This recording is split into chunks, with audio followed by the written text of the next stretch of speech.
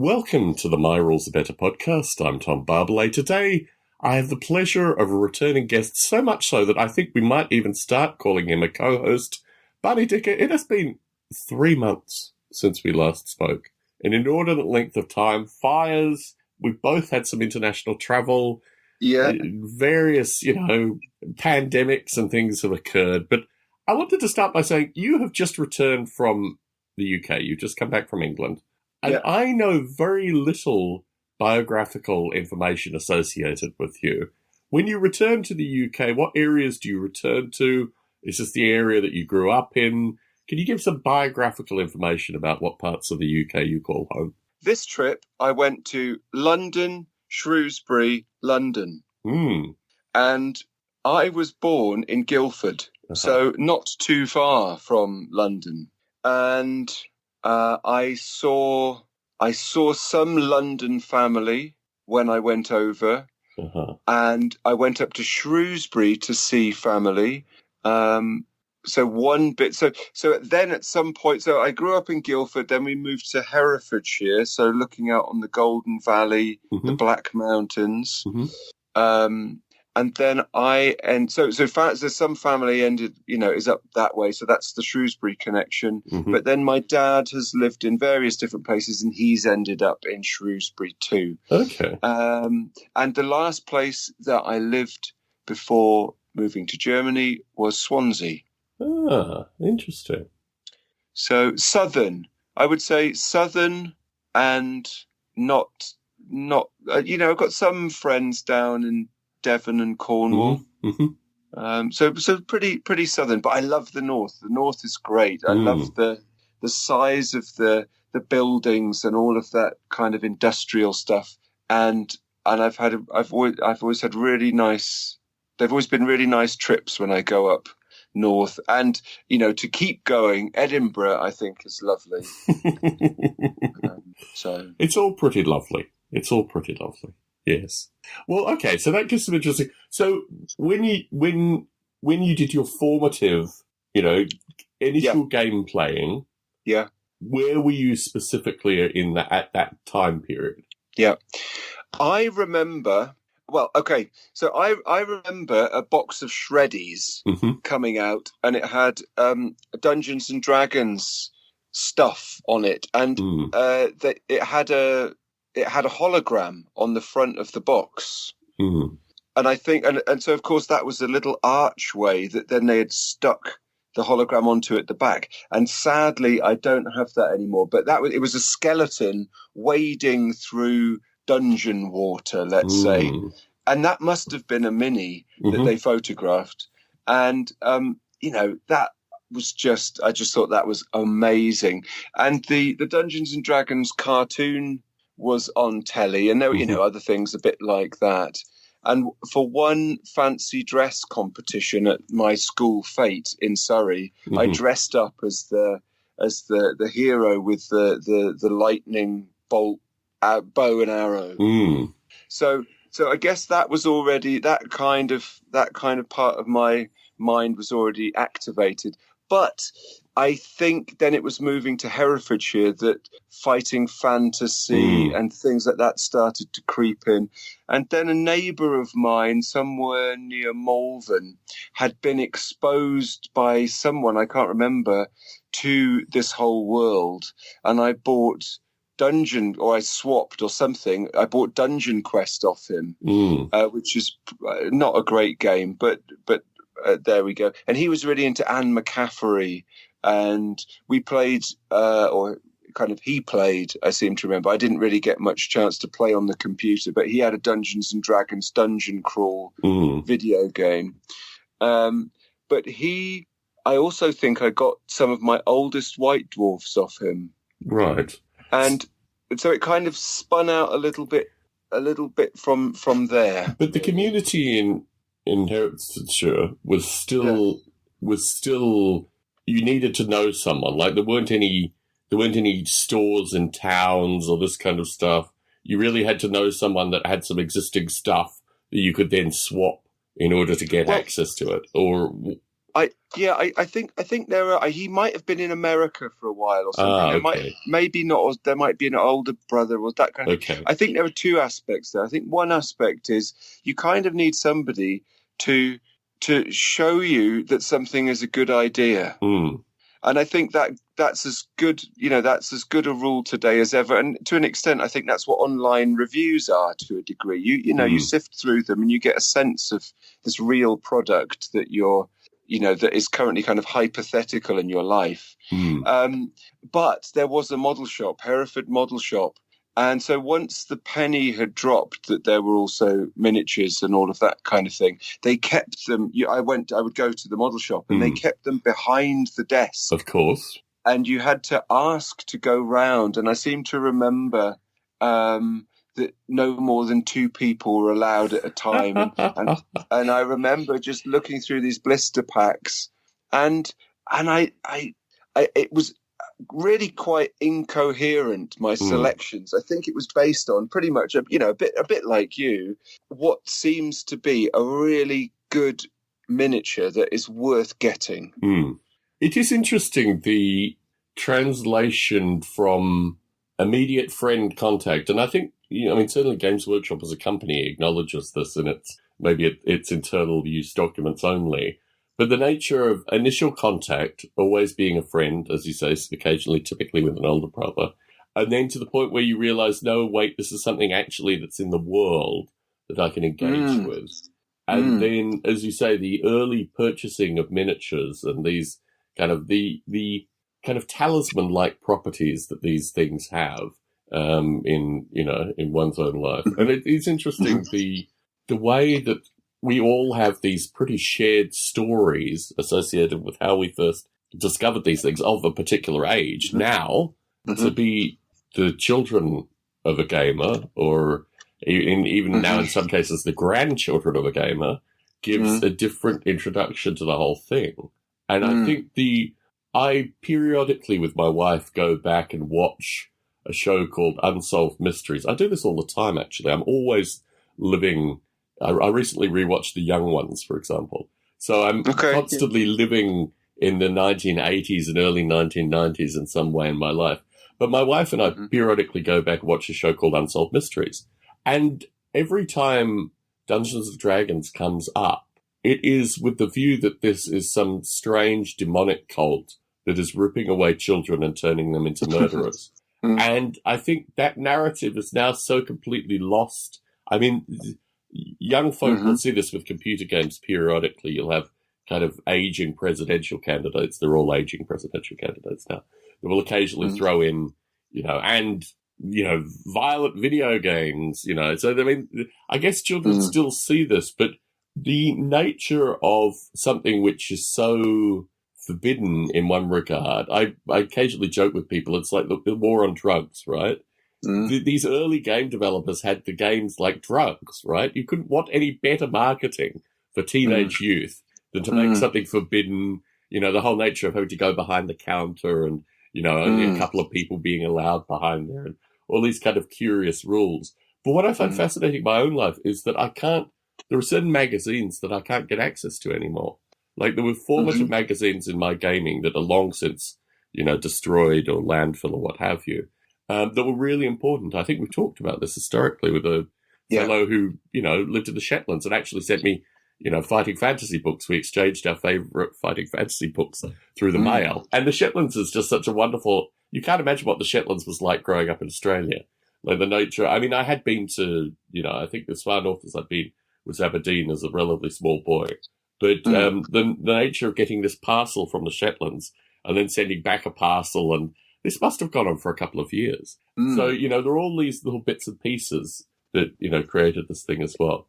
But you did touch on this notion of online reviews. And this is something that I wanted to talk to you a little bit about because for folks listening in, when I say Barney and I spoke 3 months ago, it was on Barney's podcast, Loco Ludus, the Tom Barbalet 2-part expose.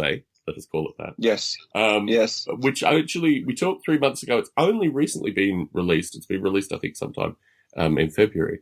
Yeah, I think about it was just about just about managed to do it before I went to the UK. So about 3 weeks ago or something, exactly. I lined them all up, and I had these 3 interviews, 3 in a row. And I was thinking, how shall I do it? Yeah, so. Yeah. The Dirk the Dice one. We'll talk about that maybe a little bit later as well.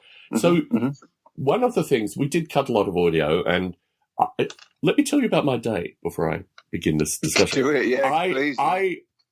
I used to do a podcast with a fellow from Jackass, the running into walls, jumping off buildings, this kind of stuff. I travelled across the US, met him, and then the podcast fell apart. And I thought, well, I've got an existing audience here. So I knew a fellow who used to listen to some of my podcasts, and he desperately wanted to do a podcast with me. His name is Connor Seitz-Bowen. Now, Connor Seitz-Bowen lives in Pittsburgh, but he, very similar to us, except he's about a decade younger, probably a decade younger than you, a little bit more than me. So he has all these similar things. Anyway, the podcast was called Attic Aficionados. I am going to empty my attic with Connor Seitz-Bowen today. I have taken the day off work to do this duty. As one would expect, my attic is full of nothing but treasure. So anyway, I'm prefacing this by saying that last time Barney and I recorded was a regular working Friday for me, as opposed to a Friday that I've taken off. And I was a little bit irritable. So there were a series of things that actually had to be removed. One of the things that was cut was a discussion associated with the absence of critical reviews in this broader hobby, be it, games of a slightly nerdic persuasion. Let's just call them that, be they war games. Nerdic. Is nerdic a word? I believe so. That's good. That's good, yeah. Yeah. Anyway, so this was something that was too controversial for you to include in your podcast. But I thought this was certainly well lined up fodder for my rules of matter. In fact, really the whole premise of the podcast is based on this notion. Now you're moving into the space. Now you are becoming another one of these online reviewers. Can you talk a little bit about the nature of the concept of the word review with regards to what you see going on online with regards to this amazing love fest that is the gaming hobby? Okay, so I think that criticality doesn't have to be always connected to criticism or negative criticism. I think we're talking really, when it's good, we're talking about digging in and really thrashing through things to make a game, a discussion richer, better, and to perhaps to trigger new things. So it's kind of like it powers the motor in some ways. Coming from an academic background, it's the same thing. I think it's much more productive to outline what you think is good rather than to spend all your time bashing what other people say. And so I think it's very interesting because my perspective on academia is in fact the antithesis. Well, my experience of academia is in fact the antithesis of what you describe. So I think there are certain areas of academia that behave the way you describe, but they're just not the areas of academia that I've ever had any interaction with. But then maybe that's my ethics for it, if you like, because I have read papers and been to conferences where people just criticize somebody else who's normally not in the room. So I think, so to let you into a little secret, when I write, often the first thing I write is something much more like criticism of some set of ideas, and that is almost a process I feel you have to get through to get to the positive thing that you want to say, to understand the same thing in positive terms that you yourself can define. But to work through those other sources, those other ideas, other debates that are addressing the same area, but I feel strongly differently about. That's often a first piece, and then you read it back and you think that's just too negative. It's taking up too much time talking about something I don't like. What's much more productive is to spend your time talking about things that you do like. So looking for those positive elements. I mean, so since I've been on your show, I've started my podcast, and you've been on my podcast. I haven't ever been sent anything for free to review. So I don't know I can't speak about that kind of experience. Of course, just like I've said, I talk about the things that interest me, that I like. I don't know if that counts as promotion of them. I mean, when we did talk about this issue of criticality in the interview and that got taken out, I think I was slightly more reticent about that lack of criticality, because I think, you exist and other folk exist who are pretty forthright in their opinions, and if there's a degree to which the critical realm cannot be nested within the commercial realm, because the commercial realm has to be best game ever this month, most exciting thing you're ever going to experience this month, buy it now, special offer, double the price. But, I guess my concern with that is I don't think I've ever received... I found a bug on a website with some Kev Adams miniatures once, and I got an extra couple of miniatures because I found that bug and complained to the person that you can't... That's a job well done. You couldn't find the miniatures unless you were in the Spanish language setting. But, you wanted to find those miniatures, or I certainly did. Anyway, but aside from that, I've never received anything free, and actually I've paid well above list price for a bunch of things. Yeah. My main concerns were when I was critical of this rule system, which spiraled out of control and got me kicked off a podcast, it was because there was a complete absence of the enemy in a really curious way. It was a modern rule system, and the enemy here were Iraqi insurgents primarily, but also potentially the Taliban. And I thought it was just really surreal that you could write a rule system that didn't give equal weighting and then had clearly large gaps in the rules. Now, as you say, the best, the latest, everything on sale, must get out now. I view this hobby that there are amazing things that come out of this hobby. Kev Adams is sculpting being one of them. But through that, there's also a hyper-capitalism, and I've talked more with Matthew Gibson about this, that I think actually damages, it reduces the number of potential players who could be participating in this thing. And that strikes me as being incredibly short-sighted. And really the role that certainly I feel with regards to not only rules creation, but also with regards to rules analysis, is to improve this thing incrementally away from a capitalist path, which I find very curious in some regard. Let us talk a little bit about Kickstarter in this live. Can I just say one thing there? That one thing that really gets me is the degree to which people heavily invest in one, maybe two systems, and I am generalizing there. And there are lots of people who have big interests across the board in lots of different things. But, if you think about the success of Games Workshop and Warhammer, and you think about the success of Dungeons and Dragons, and you think about that capitalist model, it is very much about dominance and generating the most profit. And really what there is a massively rich ecology of all sorts of people doing all sorts of things. And I sometimes wish that, when you hear people talk about, my game group only wants to play D&D, and you've talked a little bit about that before, about the difference between when you run D&D or you run your own rules, that my heart kind of sinks that people who are into this hobby aren't open enough to think, well, I'll try this and I'll try that, and how does that change my thoughts about this? And it partly is about the money that you have to shell out, but then it would kind of be the same if you shelled it out across the board as opposed to only in one or two directions, and perhaps normally with the most easily accessible, most common examples. So a bit more diversity. That would be my response to what you said just there. Kickstarter.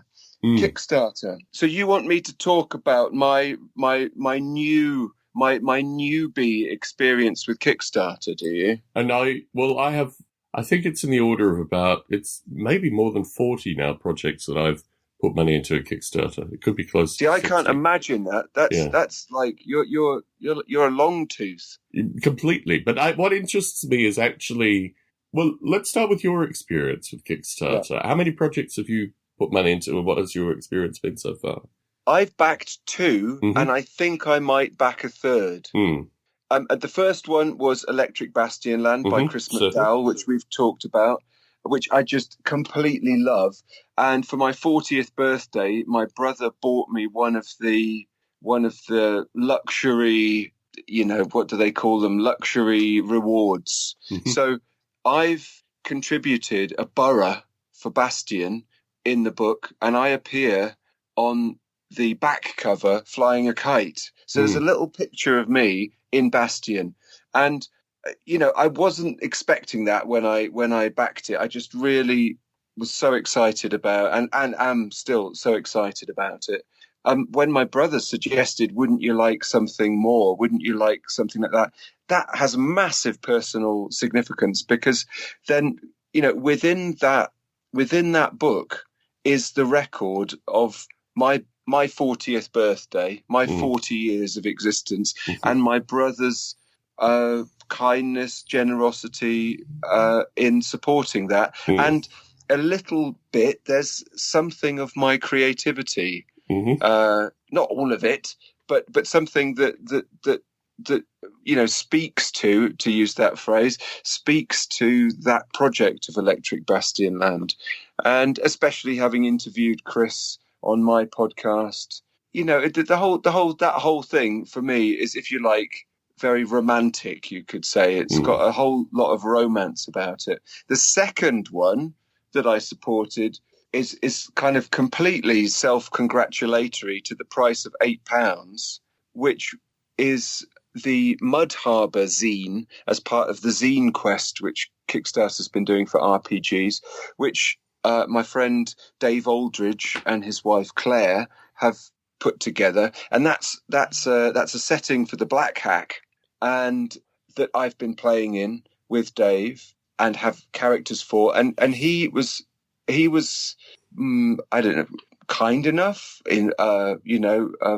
enthusiastic enough, I don't know, trusting enough to add me and another podcaster called Colin Green as the stretch goals. So I've never been a stretch goal before. So I thought, well, I'm going to have to fund it just on the off chance that one supporter makes all of the difference. So I tried to buy my own stretch goal status, which is pretty shameless, really. But it actually reached the stretch goals in one day. It's a modest but exciting and nicely designed project, and I'm so chuffed to be having something having had lots of academic things published, or relatively many things published in academia. It's amazing to have something finally published in a gaming context. And the third Kickstarter is probably the game Night Lancer that I interviewed the designer about. And I have to say, I wasn't sure if I would back it, because we were kind of put in contact with each other, and it sounded good, and I wasn't sure at all. It seemed very complicated from what I could gather, but I really, really enjoyed talking to Joe Norris, and the way he talked about designing the game and the different elements of the game really makes me think that's a nice design, that's a nice game. So I haven't got round to it yet, but I think that's going to happen. That's all I can say, apart from clicking on there sometimes for fun and realizing that the thing's already funded 6 months ago or something. So I have backed 89 Kickstarters. 89? Did you say 40 before? Yes, I'm blocking clearly a lot of these. I've lost friends through Kickstarter. I had 2 people who did Kickstarters where, because they failed to do the Kickstarter, I have nothing more to do with them. And I think for me, I've thought about putting things on Kickstarter, and I've never gotten there because the time and promotional commitment for doing it is far greater than I could ever afford in my current day-to-day life. you get small glimpses of this about how difficult it is to actually find the time to record a podcast. But personally, I think the Kickstarter is an amazing vehicle and can be used so beautifully and so productively to completely bypass a lot of nonsense. But I have had some really bad experiences through Kickstarter. For all my anti-capitalist, anti-what-have-you rant, my day-to-day life is very methodically corporatist in nature. I release a much-beloved iOS app on a weekly basis, and I have a whole series of things that I have to do through my week methodically in order to make sure that this app comes out and that it is of its best quality, let us just say. So my day-to-day life is solely corporatist, capitalist in its existence. And I have a very particular perspective associated with once you take someone's money, you have a responsibility to behave in a certain fashion. And that comes through every aspect of my day-to-day life. So when I back projects where clearly this isn't even a tertiary job for the person, it's something that they may or may not do, and you can only really discover this after you engage with them, usually there is some friction. Now, it's interesting that Dirk the Dice recently interviewed Liz Danforth. Yeah. Liz Danforth was involved with a Tunnels and Trolls Kickstarter. It's the only negative Kickstarter review that I maintain online because it identifies very clearly how every aspect of this thing was designed for it not to come out on time or on budget. And in parallel to this, and although the gentleman is dead now, the creators of the game went on and did other Kickstarters while they hadn't fulfilled the initial Kickstarter, and also traveled internationally promoting the stuff in the Kickstarter before they'd actually delivered the Kickstarter. So there were a series of things through that where, and I memorialize it because it shows in documentation form how I view creating work product as well. So the commitments through Kickstarter are, and this year I've decided because of the emotional investment that I'm not actually, Kev Adams, maybe. But aside from that, Kev Adams is the only. There's always an exception. There's always an exception. But aside from that, and I'm in the case now, so for example, I received a parcel through the week that I assumed was going to be some Winter Russians. It was a Kickstarter that I backed last year. And I said to my co-worker, who's also moderately miniature obsessed, these are the Winter Russians. These are wonderful. I took them out, looked at them, and realized that they were actually another Kickstarter that I backed, French Indian Wars winter uniforms.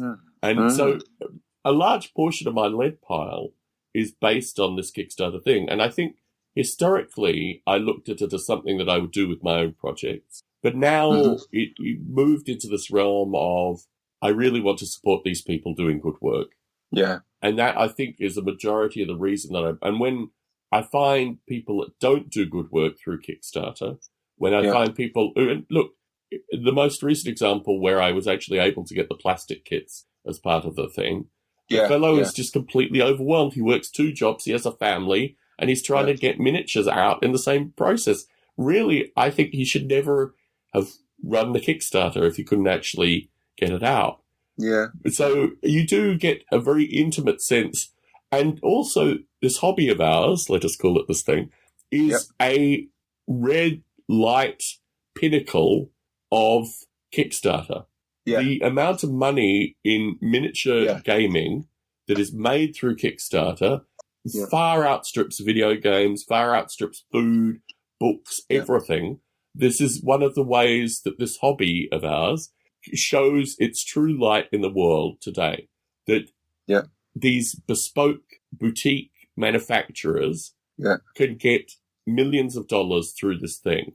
And I think Kickstarter, I am full spectrum with regards to my views on Kickstarter, but I think it is a truly amazing thing. And in general, the benefits far outweigh the negatives. But I do think a small number of the Kickstarters that I've backed have not come through.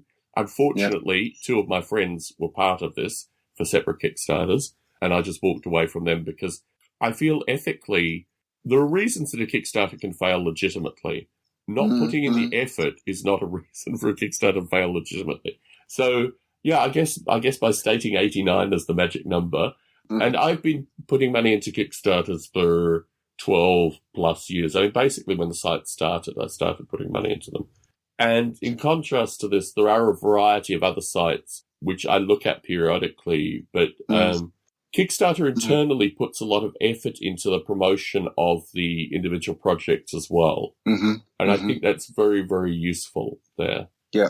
So, I mean, I've got two things to add to that. And I suppose it's like anything in the world. There are good outcomes and bad outcomes. Certainly. You know, if you think of book publishing, there are good books published and there are terrible books published. Believe me. So it's in that sense, it's you know, don't shoot the messenger, isn't it? And actually through the Electric Bastion land and with Chris McDowell, there was some really illuminating stuff there too, where, you know, of course with Kickstarter, just in case anybody's listening who has never backed a Kickstarter or doesn't really understand it or whatever, you know, they don't take your money until after the completion date, do they? So there's a kind of ethics there. It's not that you're just throwing money at someone. Certainly. If there are enough backers, then they will take your money. So that's a kind of a hurdle. But then there started to be this discussion with the kind of fulfillment elements, and backer it or something. I don't quite get it. But basically, Chris was very communicative, especially on Discord with the Electric Bastion land and Into the Odd followers who are very, very passionate. And he was keeping everybody posted that he's just waiting for clearance for this and this and this and this. And so it's very clear that actually there is a kind of, if you like, a bureaucracy. There is a machinery that goes on that he then has to submit something to. So it was only once things had completed and something else had happened, like all of the backers were offered the chance to get another copy of the book and so on and so forth. And only then did I get the questions from him to if you like, to redeem my reward of the borough. So there was a really clear process. And I got the impression as well that he was being kind of guided by Kickstarter or those affiliate systems. So that to me seemed like a real, as you say, a real committed effort to make it straightforward and simple, to give everybody the feeling that the project is moving on and that it's manageable. Yes. I mean, you're touching on kind of manageability issues about whether it's actually possible. So I think one has to be as selective as one is any other time with anything else, I suppose. I think what fascinates me through it is that if it wasn't there, I wouldn't have discovered or had created some amazing miniatures from Kev Adams. I mean, he does that, although his stuff is available after it goes through Kickstarter, but the whole getting money in just to get him to sculpt stuff is done pretty exclusively through Kickstarter, and then there's obviously the long tail of the miniatures being sold after the fact, aside from those that are sold through Kickstarter. Yeah. But I think that whole thing, for someone who I think is brilliant and whose work needs to continue on in any means necessary, that to me strikes a really strong and resonant chord that this is a good thing. And you know exactly, if you like, you basically know exactly how many copies of something you need to make, because those are the backers. And of course you can continue after it, but you know exactly how, what the size of your audience is, if you like. And that, I think, is, hugely, hugely valuable. So I think we've covered Kickstarter. I think we've covered reviews. Yeah. What rules are you playing currently, and what gaming groups are you a part of? Okay. Well, I'm still completely into Electric Bastion Land and Into the Odd, and I ran a game probably, I don't know, a month ago or something, and that had no combat in it. It was a heist with no combat. So that was good. And I tried to get some threat introduced, and they did a dance-off. And the dance-off was successful, and it basically meant that they got some lackeys to come with them rather than getting beaten up by some rough gang members. So that was really, really good fun, a lot of fun. There's which I've talked about on my podcast. There's a little group of us through Anchor and through the Audio Dungeon Discord who are working through a series of Hammer horror inspired roleplay games, and we're kind of juggling our own homebrewed systems. The role of GM cycles amongst the group, and people can use whatever bits of systems they want. But we're trying to explore the idea that as a player you have an actor persona and a character persona. So the actor persona, if you like, endures across the games, and the character persona would pop up in one, maybe two films, if you like.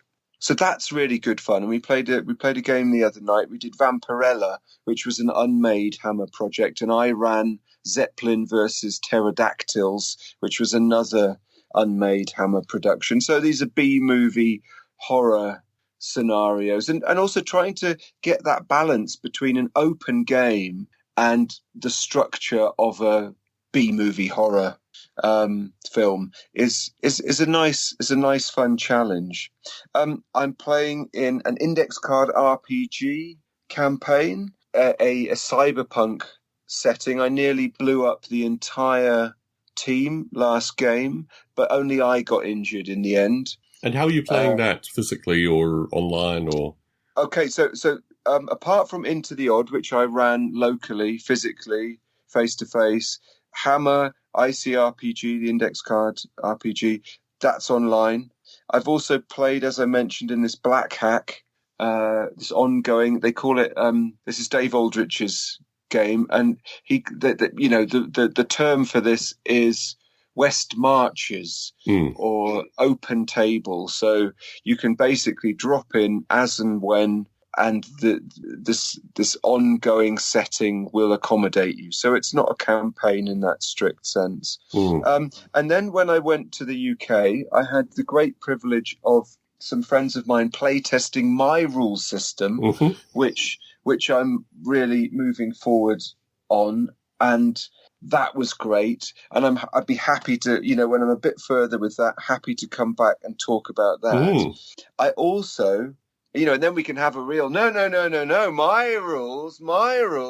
But I also, with some friends there, played D&D. I actually played D&D. I think that's the first time. The Black Hack is basically old school D&D, but this was 5e. This was Dungeons and Dragons 5e, and I basically thought I wouldn't be doing that. That was not, no bad blood about it, just not my thing. But there I was, and I played a stout halfling warlock who had deep old one eldritch contacts. So I'm really enjoying all of this stuff that's coming. I'm playing in a Call of Cthulhu game as well. That's really good fun because I try and do a French-Canadian accent. Is that online or is that physical? That's online again, but there are actually some actual plays of me in the Call of Cthulhu. That's on Expedition to the Grizzly Peaks, and that's Forget Me Not Call of Cthulhu, and there are a couple on the Black Hack. On Dave Aldrich's D Percentile, me playing Rusty the Reliable Rickshaw Runner. So, some online games work better than others, but I've had a few really good ones, and they're not all through Roll20, and they're not all exclusively through Roll20. So sometimes Roll20 is the slideshow, and we use Zoom. The other night we used 8x8 or Skype, or something else for the audio. So, and a lot of the GMs are happy for us to just roll at home. So we roll our physical dice, and everybody just trusts that they're not making their numbers up. Some people use the bots online, but this kind of intensive do everything in Roll20 is not. I think I've only done that once with someone. Really, one and a half. Call of Cthulhu is kind of all there, but we roll at home and we use Zoom for the audio. So it's interesting. It's interesting. I hope, you have that feeling of in 5 years, 10 years, all of this will be much more streamlined and enjoyable. It is interesting, the nature of playing online.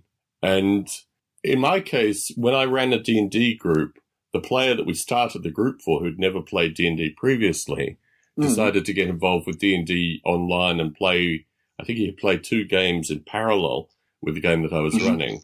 My time frames just don't allow for this kind of stuff. I'm nominally a member of the local train club and just can never get there at the times that they have meetings. And you're always missing the train. I'm always missing the train, yes, both figuratively and literally. The funny thing is, when I first moved to this area, I went to the train club and thought, where on earth is this place that this train club is in? Like, it's all run down and disheveled and what have you. 3 years later, happy homeowner in that area. So, I mean, it really is very curious, the nature of the train club. But yeah, I guess what I'm returning to is, if there was a way, I've never gotten into, I very briefly played, Dawn of War online with actual online players. And I do play a, rapid fire kind of World War II mobile game periodically online. But the nature of meeting with a group of people at a specific time, aside from model rail radio, which I do through that format, is just so difficult with my life as it is currently. So we talked offline about, in particular, just playing Chaos, because that is a stage where people could play it, and doing potentially an online few series of games of just playing Chaos. Now, I'm sitting in my podcasting room. I have the table in front of me in a state where I could almost do it projected with, a couple of cameras and what have you. I'll put that into the definite maybe category, with the view that I would probably do it through Google Hangouts or something like that, with multiple cameras that people can move between, at least through the Hangout. But yeah, I've never moved to that formality. And what I'm doing currently with just playing Chaos is basically codifying and computerizing every aspect of the game so I can run it in simulation form in absence of having physical players. So I'm very mindful that I need to at least have a strategy with regards to, getting folks involved. And I think that's something that I'm hoping that this room that I'm physically sitting in will be a part of, although bringing in the wave of stuff from the attic is going to be very interesting in that experience. But I'm very mindful that I should have more of an online presence. I have played with the chat client whose name escapes me currently, that you've mentioned a couple of times. And again, that was very useful for about a 2 to 4 week period where I had a few excited people involved. But then it just died on the vine, basically. Although I was constantly putting in stuff, it just didn't. And I think there's an interesting, my experience is solely through open source, but through mapping open source onto podcasting and these other things as well. In open source, here's the phenomena. You get contacted continuously by people that say to you, if only you do this or this or this, then I'd be able to use your software. And in the first, and I've done this for now 25 years, in the first 10 years, you'll rush in all directions like a headless chicken, doing everything that these people ask for.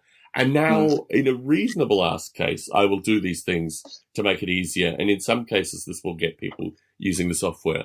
But the energy to productivity of people contacting you and saying, if only this would happen, or this would happen, or this would happen, you start to realize, okay, if I'm already moving in that direction and it's just a little bit more work, then yes, obviously I'll do it.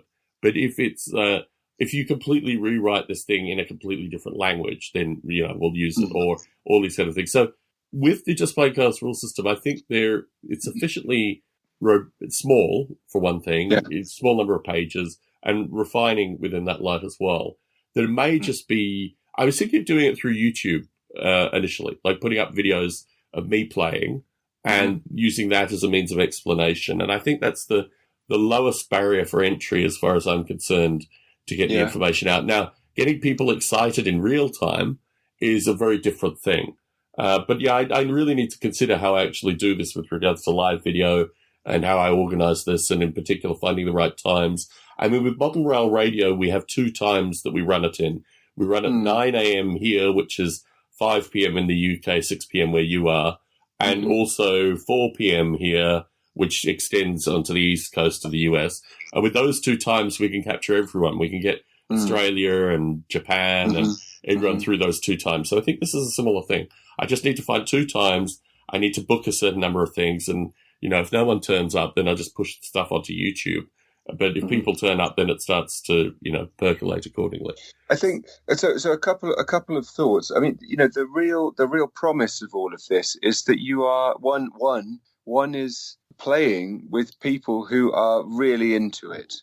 You're not just. It's not just your local gaming group who only want to play D&D. You are playing with people who want to play test rules, or to play this obscure system or whatever. So there's a much, there's a greater specificity potentially in the groups. And the other thing is, have you considered putting together some kind of is it called tabletop simulator? Yes, have you considered? Because I would be really interested in that, because that would mean that everybody can move their pieces, and it's got your whole simulation thing going on, and I guess it wouldn't rely on that kind of video element or those things so much. So that is something also that I've considered very heavily, in particular because I think tabletop simulator is now universally recognized. I mean, people play all the Games Workshop stuff through it, plus all the minor other players through it. I've not seen any, bolt action played through it, but maybe I'm just not looking wide enough. So, I think that's the next step. And the benefit of having this stuff codified is that moving it into any system is just a matter of translating from, one language to another associated with moving the code across. Yeah. So I think the aim is to get it codified, simulatable, then potentially, as you described, move it onto Tabletop Simulator. So it could be just one of the other catalogue of games there. And then, if our listeners, because I'm, I guess, speaking to listeners here, want to be interested in playing it through Tabletop Simulator, then yes, it's a no-brainer just to pick it up that way.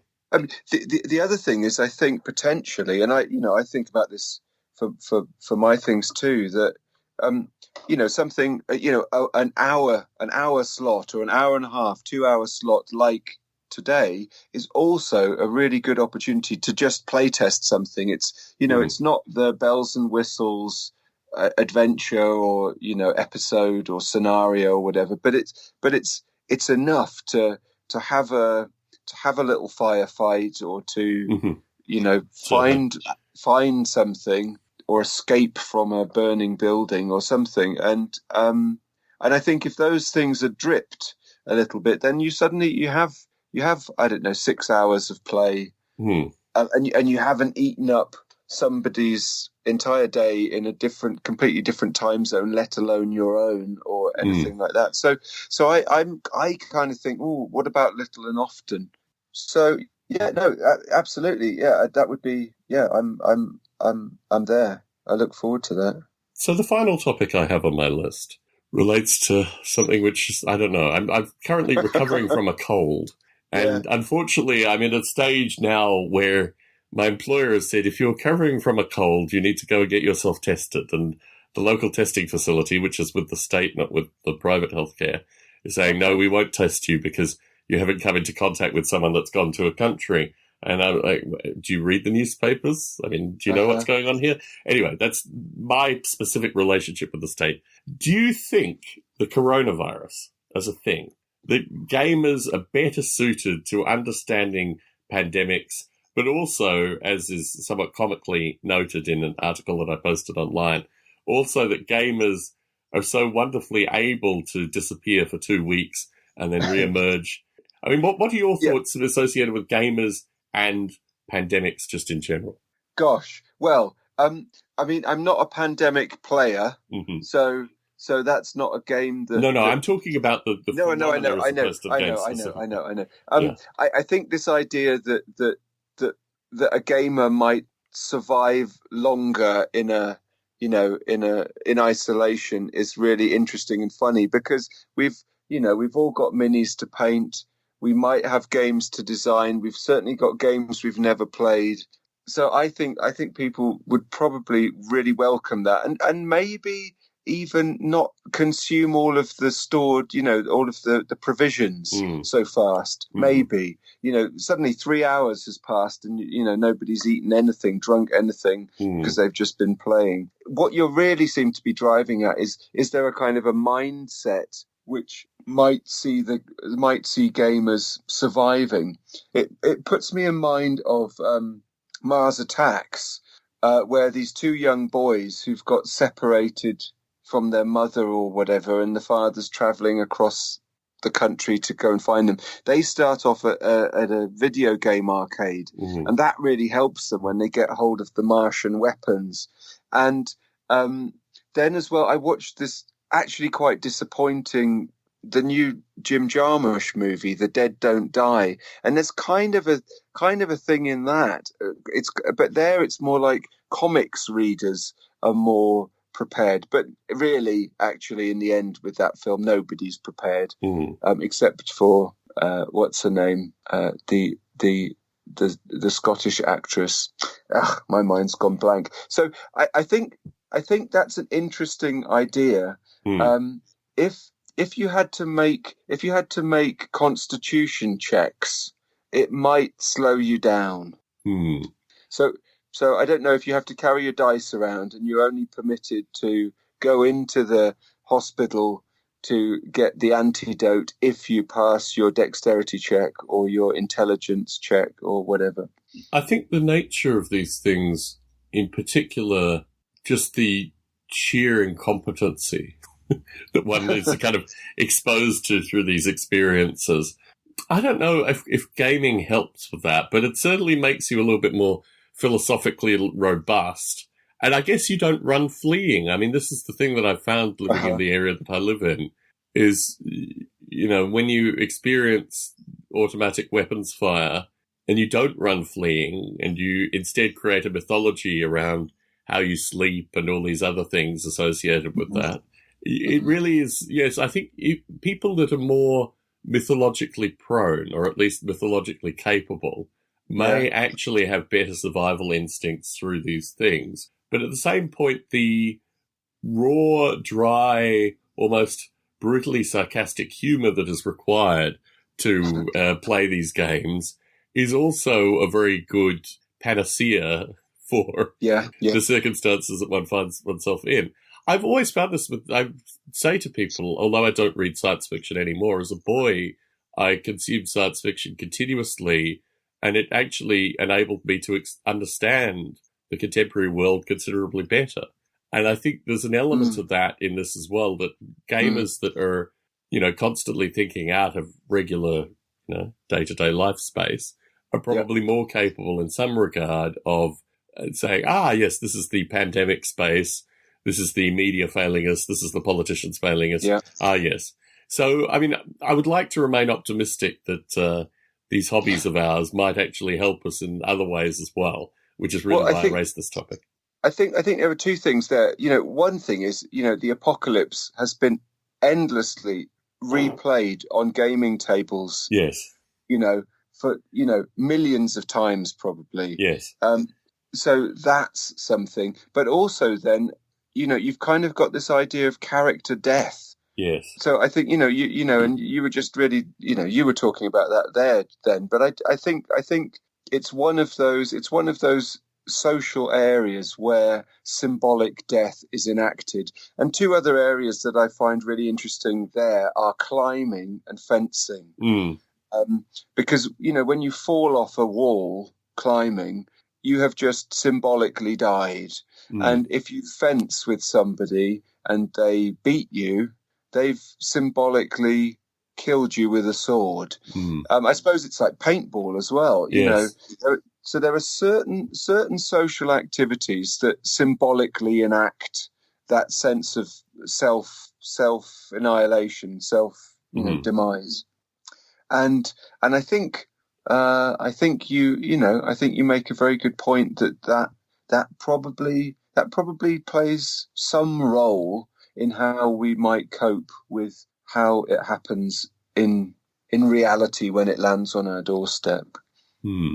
Well, with that deep conclusion to this discussion, I think we should probably wrap things up here, Barney. But it has been an absolute pleasure to chat with you. I'm sorry it's been...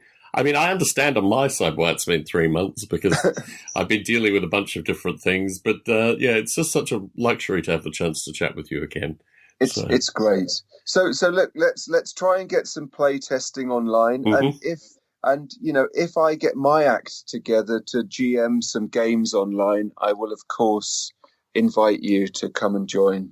Let us remain hopeful. Absolutely. I'll talk to you soon, buddy. Take care. Yep. See you. Bye.